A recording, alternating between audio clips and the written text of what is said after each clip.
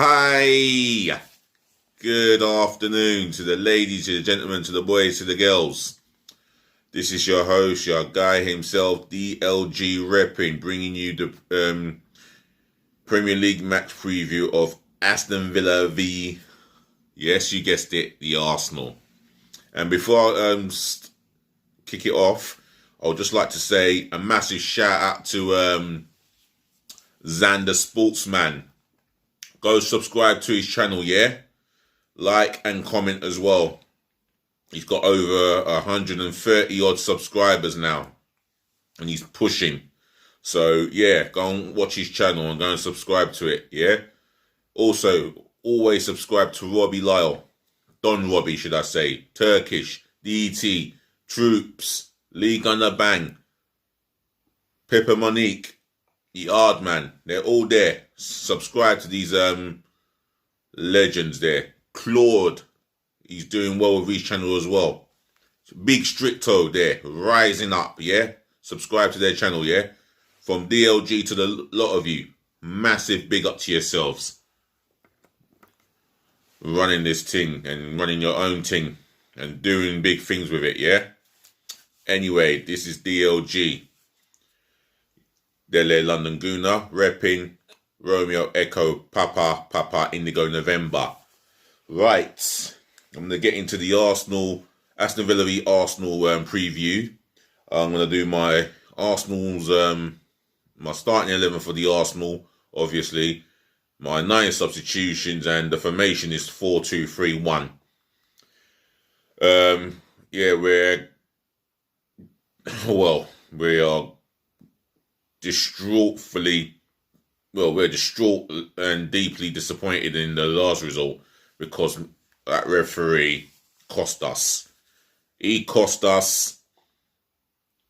He killed the game, and he cost us, and he killed our opportunities of getting a result at Molineux. And I would have liked to have gone back and got a result there. And the way that we played in the first half, it was superb. Aston Villa this time. At home, we got outclassed, outfought, out everything by Aston Villa from the second whistle that blew to the last second of that whistle. We were outmaneuvered in every department, everywhere on that pitch, and it was a shambolic performance. I know they say the less spoken about it, the better. But for me, we have to go over this review. That game, we couldn't get near McGinn, near Ollie Watkins, and Jack Grealish had the game of his life. Oh, he enjoyed the beautiful game of his life. The way he out-muscled Bellerin. And I'm telling you this now, Dean Smith will identify that area of the pitch where he can go on the left and bully up Bellerin again, and that is my concern. Unless Kieran Tierney is back, I'll move Suarez into that position, and I would rather go with him in that position than Bellerin. I am concerned. We're up against a very good Aston Villa side, well marshalled by Dean Smith. Managed. I mean, they've got his respect. They've got the command. I mean, the players have bought into his philosophy and the way that he would like to play the game. And when I say play the game, the manoeuvre on the ball, very well disciplined, well organised, and pushing for a European place. And so I keep saying they're pushing for a European place due to the performances this season, and they've been brilliant at times, absolutely brilliant. For me, Jack Grealish is their talisman for me, their go-to guy. I can't imagine what it would feel like without having Jack Grealish in their side. I mean, he is a big difference maker. Around him, Bertrand Traore, Ollie Watkins, as I've mentioned, McGinn, certain players are stepping up to the levels of the Premier League, and they're doing well. and that's a team that are doing well. The defence, marshaled by Tyrone Mings, they've been defensively organised mostly all season. Although they got a recent 3-1 home defeat by West Ham United, and they're up against a bloody good team. So it'll still be a tough game, and I'll give you the score prediction at the end of this. At the end of this show. Anyway, let's get into the starting 11. In goal. Oh Lord, this is the dilemma that we don't want. Oh. I'll tell you what, if he's fit, Matt Ryan, there's no hesitation. I'll go with Matt Ryan in goal. The back four, Cedric Suarez for me. Matt Ryan, I'll go with him, and as I've said before, not only is he a very good technical goalkeeper with fine reflexes and good shot stopping, but for me, one of the best goalkeepers with the ball at his feet, and with the ball at his feet, he's one of the best at distributing the ball, and only Ederson, Alisson, and De Gea are ahead of him in that respect. So I'm going with Matt Ryan. The reason why I'm going with Cedric Suarez at the back is definitely defense. He's definitely switched on defensively. Very organised, very aware of the space to defend, and that makes him a lot better than Bellerin defensively, because Bellerin is a shambles defensively, and offensively he will support. Let's just say Saka. If Saka is fit, he'll support him, and it was horrible. But while he was up against Traore, he's possibly got nightmares playing in a left back position, and we've let Maitland-Niles go to West Brom. I don't know if that was a wise idea, because we are short of left backs, and we don't know if Kieran Tierney's going to be fit. Because if, heaven forbid, Suarez gets injured, then we're stuffed. Seriously, proper stuffed. But I'm going with Cedric Suarez at right back. My centre half pairing, you already know.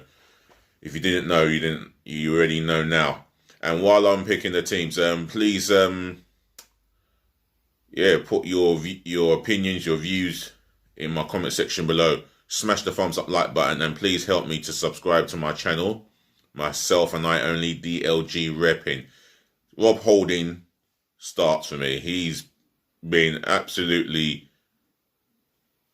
brilliant this season, and I think he's really improving, and his consistency is definitely improving a hell of a lot than what I expected. Rob Holding wins the balls in the air, tall commanding defender, and for me, he's starting to read the game a lot better. So I'm going with Rob Holding. Gabriel Magalhaes, best centre-half. One of the best centre-halves in the Premier League. One of the best in Europe. And definitely Arsenal's best centre-half by a country mile. How has he not started games? How has David Luiz started ahead of him? I'm glad David Luiz is suspended well, I'm not glad that he's suspended, but I'm glad he should never be playing in the back four ever in his career. Whether at Arsenal, anywhere else, he does not play in the back four. Antonio Conte sorted that. I don't know what Arteta sees in David Luiz in the back four. He's done well up until the lack of concentration that led to the penalty, which was not his fault. I don't care. It was not a foul. He never intentionally. How can he intentionally use his knee to trip William Jose? And who knows if he had allowed him? Well, if there was no contact between the two players, we don't know if Bed Leonard would have gone on to save that or not. But anyway, not a penalty and never a red card. That's disgusting, despicable. How the FA have turned a blind eye. on the situation, on the player. But yeah, Gabriel Magalhaes alongside him, for me, solid as anything. He's reading of the game. He's timely, good tackles time and time again. Strong, aggressive, and he's been out muscling attackers all season. This guy goes from strength to strength. He's starting for me alongside Holding. Left back, if he's fit, Kieran Tierney. It's a sad situation where we had a number of opportunities throughout the whole of January, plus the extension on the 1st of February, to get cover in that particular position. Because when Kieran Tierney is injured, or heaven forbid, lo and behold, he gets suspended, if that ever happens, we are in a crisis there. It feels like we're in a complete crisis. I mean, if you agree with me, yeah, or not, leave it in the comment section below. Smash the thumbs up, like button. And again, please subscribe to my channel. Thank you. Pushing, and speaking of subscribers, we're pushing for at least 100 subscribers. And I need your support as well. So, yeah. Rob, get Kieran Tierney at left back if he's fit. All right, the two in front of the midfield. I think I want to go with Thomas Partey. He did no wrong. He did no wrong in that first half. He was absolutely fantastic, completely fantastic. What a game he had! Better than the Man United game at home, I must say. He performed a lot better, and I mean a lot better. He was first to tackle. His balls were picking at a white shirt. His mobility around the midfield is complete world class. I've not seen anything like it since the days of Vieira. For me, he starts. The guy that I'm going to go with alongside him, and I think he had a reasonably more than a. I think he had a good game. I think he had a good first half at least. Granit Xhaka. I think the partnership is starting to blossom, and we'll see if it continues. But I'm going to go with Granit Xhaka here. I think he feels that he's got the freedom to do what he can because he's got Partey as the insurer, and that's the reason why he feels confident of late. Granit Xhaka. So I'm going to go with him. Right, the three in front of the two holding players. Bukayo Saka, Arsenal's player of the season. Just give him the award. He's been fantastic. He has been the dog's bee. I'm telling you, he's been, for me, top class player. He's going on to be world class. His valuation is just getting bigger and bigger and better for every performance, even in the first half. Second half, he couldn't really do as much, as he would like to. He was restricted. The 9 men messed us up. But on top of that, he is, one of the first names in the team sheet, Bukayo Saka. In the middle, I'm going to go with Emile Smith-Rowe. Like I said, him and the Bukayo Saka have got a good understanding in that midfield area. They link up well, they complement each other well, and I think even off training, I think they're good friends as well. So yeah, it bodes well. Emile Smith-Rowe. On the left, I'll tell you what, as much as I love Gabriel Martinelli, I'm going to have to go with Nicola Pepe. He's putting in improving performances game by game, and he's growing stronger by playing on the left, and he seems more effective there and a lot more lively. I mean, the goal against Wolves, wow, superb, but it was overdone by Moutinho's strike. And let me put my hands up. I'll be the first to say, you all fans, you've got a hell of a footballer there, and it was a great strike, worthy of winning any goals. I mean, any games. So yeah, I'm gonna go with Nicola Pepe to continue that, youthful form that he has been producing in the last couple of games. Up top, Lacazette, he did sweet FA wrong. It's all because of the situation at the other end of the pitch involving David Luiz not concentrating. But no, David Luiz getting sent off for something. But then again, Rob Holding, I would love to be the one that can highlight where Rob Holding messed up, because he should have got a little bit tighter and closer to William Jose, but he was attracted to the ball and his eyes did not get attracted to the striker where he should have been, so he can get prepared for himself to, go and snuff out that danger. And it left Luis chasing the man, and because he's cut across him, the accidental collision happened in the box. So anyway, but Alexander Lacazette, he's shown some form since the 4-2-3-1 formation. He's obviously more suited than what Aubameyang is, and I would continue to go with him in that position. So that's my starting 11 sorted. My bench, my strongest bench possible. Yeah, I guess I'm going to have to go with Alex Renarson. He did make a couple of saves against Wolves, but I would not start him in this game. I mean, if he does start this game, I would have to accept it, because it may be because of Matt Ryan, and Matt Ryan is not medically declared fit. So for me, in my humble opinion, if it was down to me, I'm going with Renarson on the bench. Made 2 good saves and didn't look too phased of the situation that was put up against us.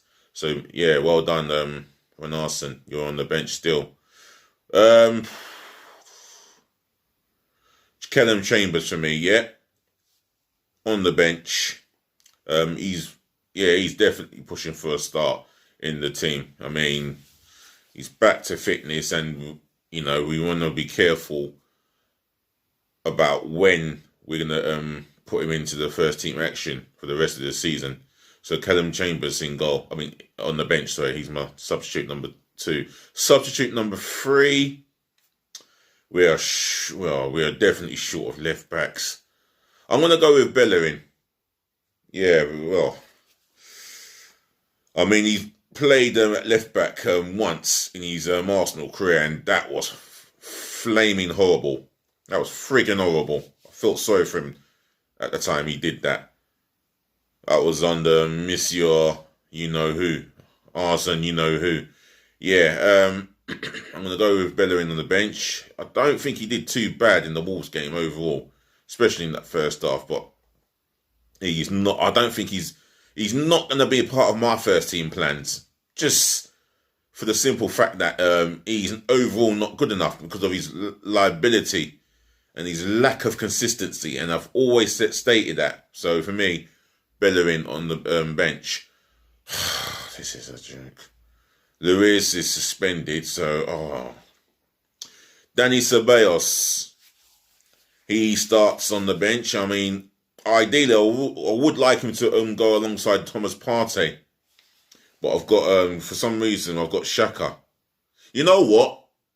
Nah, I'm gonna go with Dani Ceballos and Partey. So Xhaka's on my bench.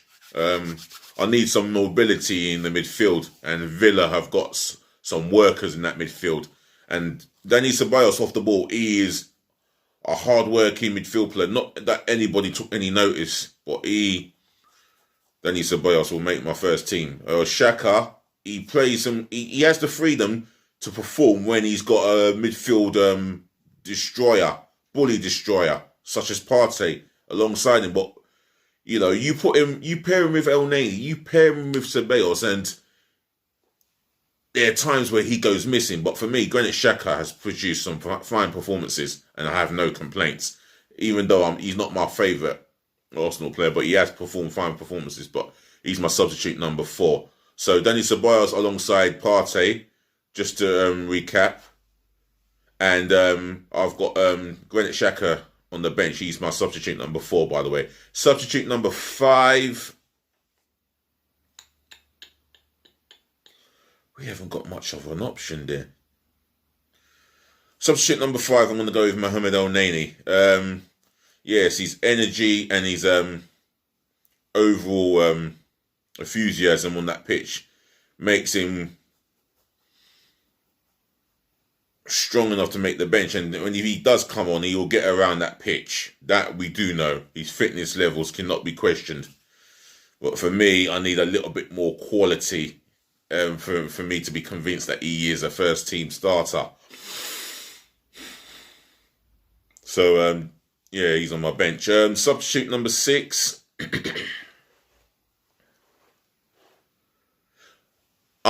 Martin Odegaard. Now, for me, he came against Manchester United. We see glimpses, but we didn't get to see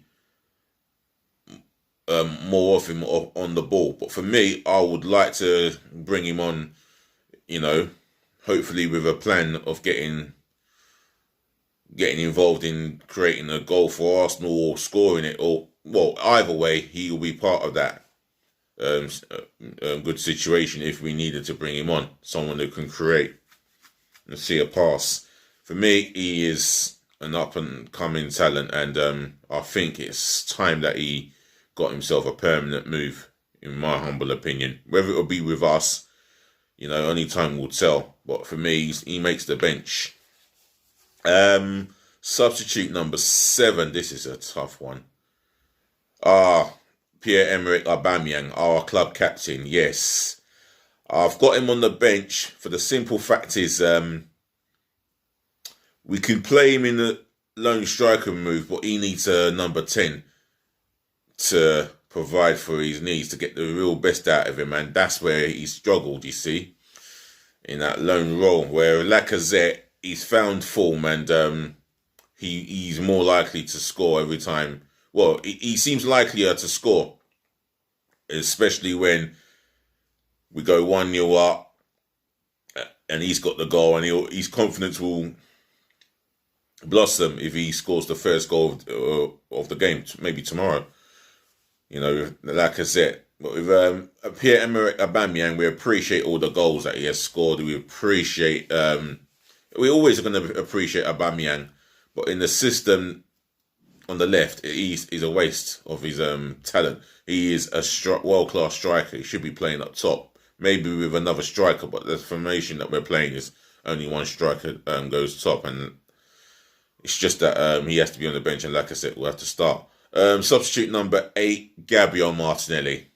No mucking about. This is a guy who can play up top as well as on the left. His versatility is optional for us, and very useful, and that is exactly what we need. The guy has got on the ball. He is, well, he's incredible. His pace and power is sublime, and off the ball you can see the warrior in him, and that brings out the fight out of him, and that's what we enjoy, and I even think he enjoys the battle himself. So Gabriel Martinelli will be on my bench. Substitute number 9, definitely no Willian. Makes no sense having him, or Eddie Nketiah. My substitute number 9, last but not least, Folarin Balogun. Yes, a talented 19-year-old who should have a contract extension. I do not know what is going on in the hierarchy. I don't know what has Arteta said anything. Or, has Arteta even said anything? I don't know what is going on. How can he not have a contract extension? He deserves to be ahead of Eddie Nketiah in the pecking order. Just for the simple fact is, Eddie Nketiah has had a number of Arsenal games, and he's flattered to deceive. He's more likely to fire blanks with Folarin Balogun. If he gets 1 or 2 opportunities, I think you'll see him put the ball into the onion bag. So for me, following Balogun on the bench. So that concludes my Aston Villa v Arsenal preview. The starting 11, my starting 9 substitutions on the bench, that is, and the formation. Score prediction,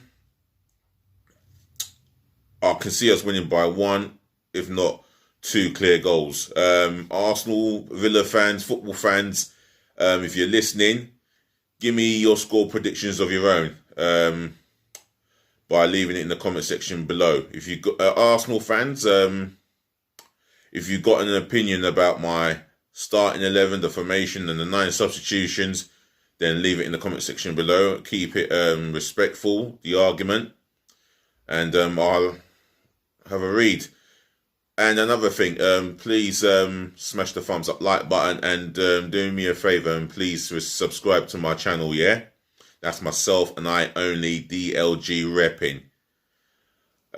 Whatever country you're in watching, whether it's good morning or whether it's good evening, this is the end of the show, and I'd like to thank you all, ladies to the gentlemen, to the boys, to the girls, for watching, for listening, for tuning in and putting up with me. Like, comment and subscribe galore, passionately. And peace again, love again, and bless again. I'll be back later on with the Premier League roundup of this week's games. So, sayonara, odaro, bonjour, bon voyage. See you later. But the main thing is, be nice.